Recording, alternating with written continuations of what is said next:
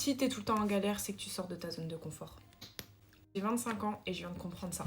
Il y a pas longtemps, j'étais en train de dire à quelqu'un, je suis tout le temps en galère. Pourquoi pour tout je dois galérer? Et en fait, à chaque fois, je remercie le Seigneur parce que je me dis, je suis tout le temps en galère, mais ma bonne étoile permet toujours de croire en moi et d'aller au bout de mes rêves et de mes objectifs. Ça, c'est ma zone de confort. C'est là où j'ai été élevée, c'est dans le schéma de vie où j'ai été élevée. Le niveau de vie que ma famille est là, les objectifs qui sont pour moi, c'est mon cadre de vie. Le cadre de vie dans lequel, ou si je reste dedans, je suis à l'aise. Si je veux des objectifs dans cette zone-là, c'est facile. Et sauf que moi, Julie Mézino, grand-mère du nom, tout ce que je veux, c'est là, dans cette zone-là.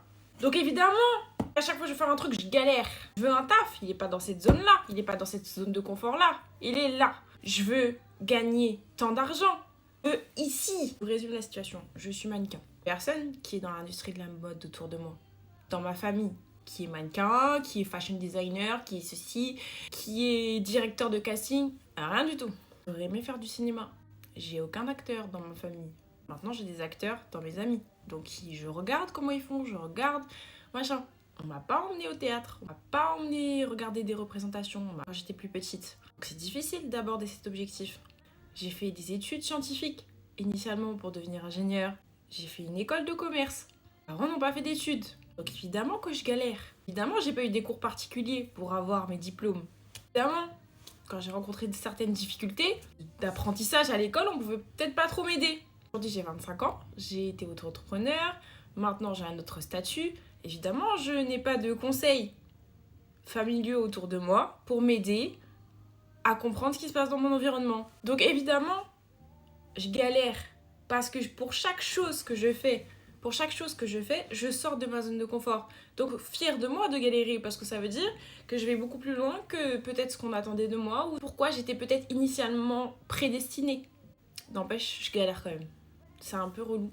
C'est tellement compliqué d'avoir le courage de sortir de tout ça, sortir de ce schéma-là, briser les chaînes, briser ce cycle, de faire évoluer toi. Enfin, on n'a pas tous besoin d'évoluer énormément, mais moi, j'ai envie d'aller plus loin pour mes proches, pour moi-même.